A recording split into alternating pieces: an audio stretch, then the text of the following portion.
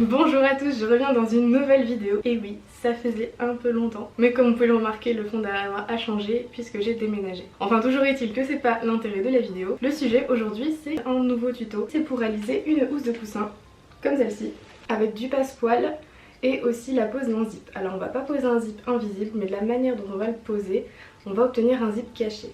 Je vous laisse avec les images et de cette manière vous pouvez apprécier la qualité de la housse de coussin que vous allez pouvoir faire.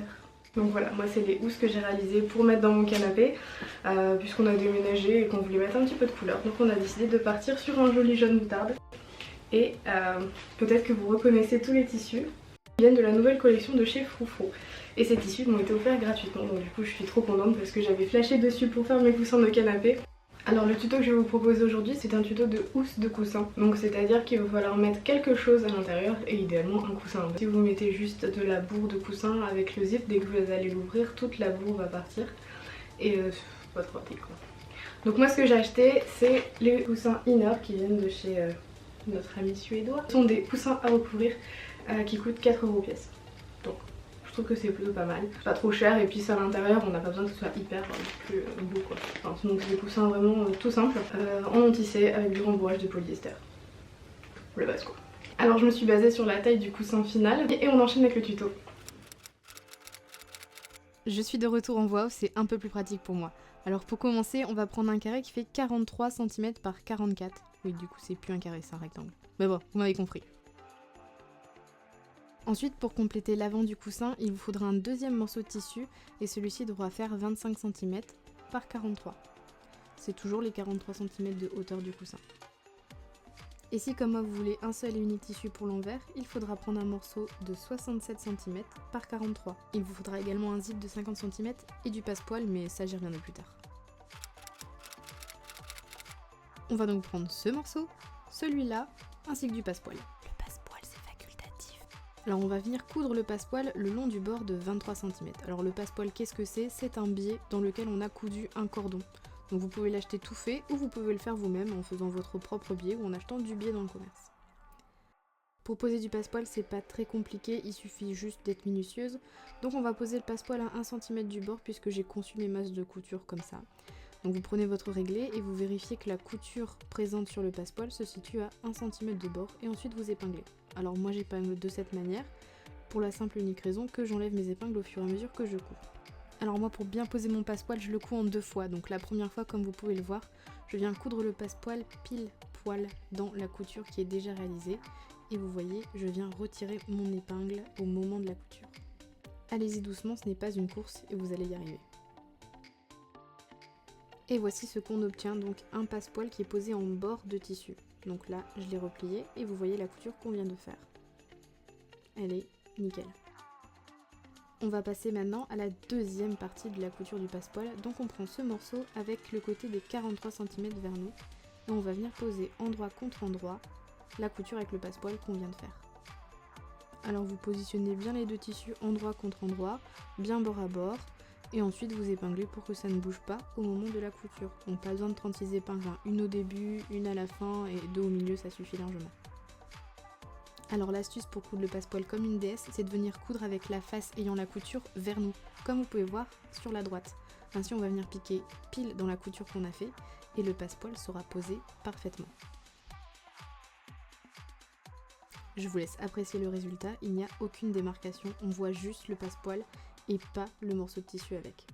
Donc maintenant il va juste falloir décider de quel côté vous voulez positionner votre passepoil. Donc pour cela, vous allez juste repasser sur l'envers, mais aussi sur l'endroit pour bien fixer. Et ensuite vous allez venir faire une piqûre de soutien. Bon, je vous fais pas un dessin, vous faites une piqûre ici et on n'en parle plus.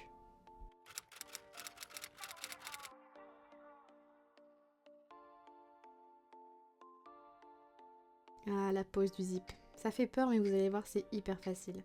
Donc on va juste venir positionner les deux morceaux de tissu endroit contre endroit et on vient les fixer avec des épingles pour que ça ne bouge pas. Vous fixez juste le bord du bas, ou le bord du haut, celui que vous voulez, enfin là où vous voulez mettre la fermeture quoi. Vous allez prendre votre fermeture, donc moi j'ai pris une fermeture de 50 cm. Vous vérifiez bien que ça soit une fermeture non séparable, je peux pas la séparer quand je tire dessus. Alors vous la positionnez là où vous voulez la placer.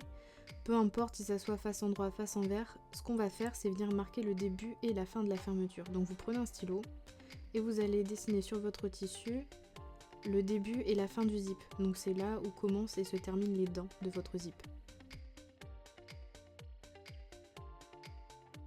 Prenez le temps de le faire correctement parce que si c'est mal fait ça va être déterminant pour la suite. Et c'est un peu chiant de se foirer sur un zip. Donc une fois que c'est fait, vous avez marqué le début et la fin, vous pouvez retirer votre zip et le mettre sur le côté pour la suite. Donc entre les repères qu'on vient de faire et les extrémités du bord, on va venir coudre à la machine. Mais entre les deux traits qu'on vient de faire, on va faufiler à la main. Et comment on faufile ? Avec ça, et oui. Vous allez donc utiliser un fil contrasté par rapport à la couleur de vos tissus ainsi qu'une aiguille. Et faufiler, c'est coudre à la main. Donc vous allez prendre votre fil et votre aiguille, vous allez faire un petit nœud au bout et vous allez faufiler entre les repères à 2 cm du bord. Voilà, je vous laisse avec les images, c'est pas très compliqué, vous piquez une fois dessus, une fois dessous et vous prenez bien les 2 épaisseurs de tissu, c'est important, il faut que ça tienne. Bon, je ne vous l'ai pas filmé mais hors caméra, j'ai cousu le début et la fin avec la machine. Une fois que vos 3 coutures sont faites, vous n'oubliez pas d'ouvrir les coutures avec le fer à repasser. C'est pas parce qu'on a fait de la couture à la main qu'on peut s'en passer, bien au contraire. Alors surtout prenez bien le temps d'ouvrir la couture, adaptez votre fer à la nature de votre tissu, si c'est du coton ou du polyester où on ne repasse pas à la même température. Et pensez, si vous avez utilisé du passepoil comme moi, à bien écraser la couture à ce niveau-là. Oui voilà, comme ça, sans vous brûler. Mettez pas les doigts si vous n'êtes pas sûr. Parce que si ce n'est pas bien écrasé, au moment de faire la couture du zip, vous allez avoir un problème, ça va être un peu épais, ça va être la galère quoi. Et pour que le repassage soit efficace, on n'oublie pas, on fait les deux côtés, l'endroit et l'envers.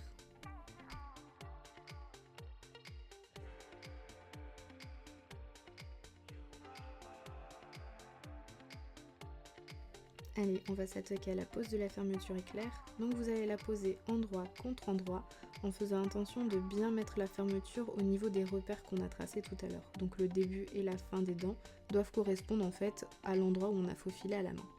Et ensuite, on va venir faufiler tout autour de la fermeture. Donc là aussi, c'est la même chose. On prend un fil contrasté, une aiguille, on fait un nœud au bout du fil et on commence à venir fixer le zip au niveau de la couture. Alors si vous savez vous servir d'un dé à coudre, c'est le moment. Parce que vous voyez que je galère toujours un petit peu au début. C'est assez difficile pour moi, je n'ai jamais compris comment on utilisait un dé à coudre. Je pense que je suis une cause perdue. Mais bref.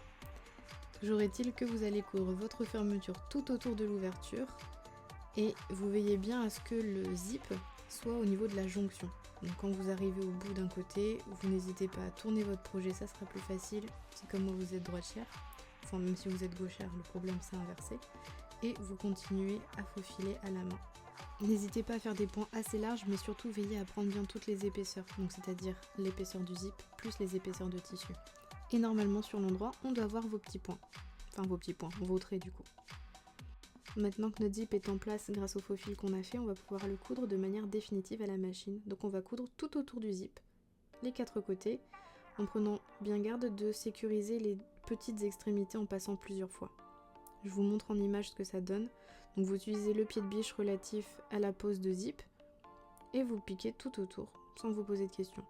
Bon, par contre, soyez un peu plus intelligent que moi, pensez à ouvrir votre zip avant de commencer à le coudre parce que sinon vous allez vous retrouver dans la même galère. Je vous évite les 20 minutes d'ouverture du zip, mais j'y suis quand même arrivée.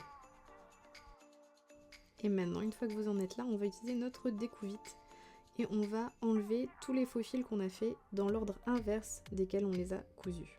Donc c'est-à-dire qu'on va d'abord enlever le tour et ensuite on ouvrira la fermeture parce que pour l'instant vous ne pouvez pas ouvrir votre zip. Alors le découvite porte très bien son nom puisqu'il permet de découdre très vite mais uniquement lorsqu'on sait s'en servir. Alors allez-y mollo, vous coupez un petit bout de fil et puis vous tirez. Donc là on vient d'ouvrir l'extérieur, donc tout le tour du zip, mais on ne peut pas ouvrir puisqu'il y a encore le premier faux fil qu'on a fait. Donc là pour défaire le premier faux fil, je vous conseille de couper le fil au début et à la fin du zip et ensuite vous allez écarter vos tissus, vous allez voir que ça va venir tout seul.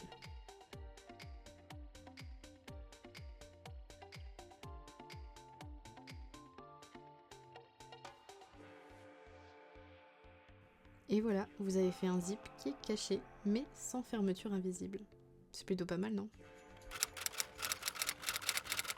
Là honnêtement vous avez fait le plus dur. Donc laissez votre zip ouvert et positionnez endroit contre endroit les 2 grands rectangles.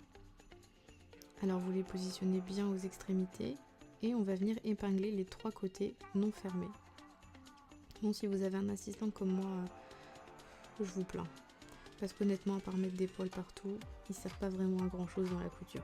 Mais bon, je l'aime bien quand même. Donc vous positionnez correctement et on va venir coudre ces 3 côtés-là. C'est pas très compliqué, mais on a posé un zip quand même. Bon allez Berlioz, on sait bien que t'aimes bien la caméra, mais quand même, tu fais pas partie du coussin. Allez, tu veux des gratouilles? Oh, quel beau chat toi. Ah oui. Oui bon bah ça va, je gagate avec mon chat, on le fait tous. Hein. Allez. Maintenant Berlioz, tu vas retourner sur le côté, s'il te plaît. Non, tu vas pas te laver ici Berlioz. En dehors de la caméra s'il te plaît, un peu de respect. Un peu de dignité quand même. Bon allez, pour coudre le coussin, c'est pas très compliqué. Il y a juste pour les coins où il faut bien penser à piquer, lever le pied, tourner, rabaisser le pied et repiquer. Pour avoir des coins parfaits. Bon, je pense qu'une fois qu'on a posé le zip, faire une couture droite, c'est pas très compliqué. Et voilà, vous avez terminé votre housse de coussin. Alors j'avoue, j'ai été impatiente, j'ai voulu tout de suite le retourner, mais je vous conseille de sécuriser les 3 côtés, donc soit avec une surjeteuse, soit en faisant un point zigzag pour éviter que ça se découle si vous lavez votre housse. Mais donc une fois que c'est fait, vous n'avez plus qu'à mettre le rembourrage. Donc là c'est assez facile, on ouvre bien son zip, on positionne son coussin, et n'hésitez pas à être un peu violente avec votre coussin pour bien qu'il aille dans les 4 coins. Enfin bon, vous savez comment on met une housse à un coussin, c'est pas non plus extraordinaire. Et bien voilà, vous avez terminé votre housse de coussin avec un zip caché, mais qui n'est pas invisible. Vous pouvez être fiers de vous parce que ce coussin il sera unique et vous pourrez en faire tout plein pour mettre chez vous maintenant.